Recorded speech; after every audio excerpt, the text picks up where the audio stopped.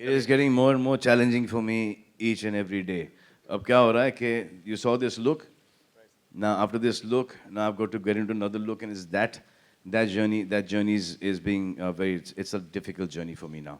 But we'll work that out. लेकिन she was lucky that she didn't get injured.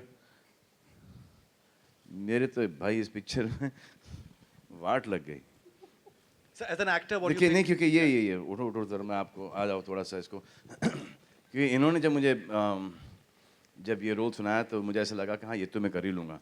लेकिन जब वक्त आया करने का तो इन्होंने मेरे सामने पहलवान दे दिए, not fighters, they all real wrestlers.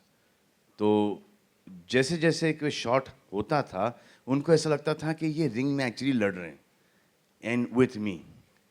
तो most of the shots in this film are real. The wrestling इसमें or MMA के there's no cable. Most of them is because of them.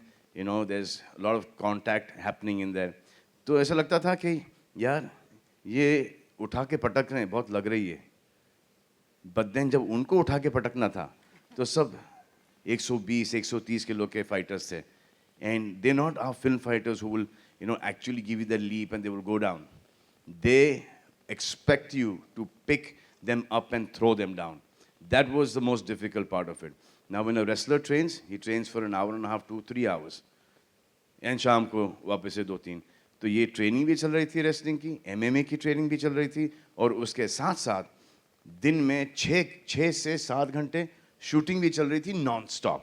Non stop means fighting non stop. तो every take because of dear sir here कि नहीं sir एक ले लो ना, एक मज़ा नहीं आ रहा, प्लीज़ ले लो ना. क्या है ना कि वो DOP ने एक कर लो ना. तो because of him 3, 4, 5 retake. So that's 6 hours of, you know, in those lights and training that used to take a toll on the body.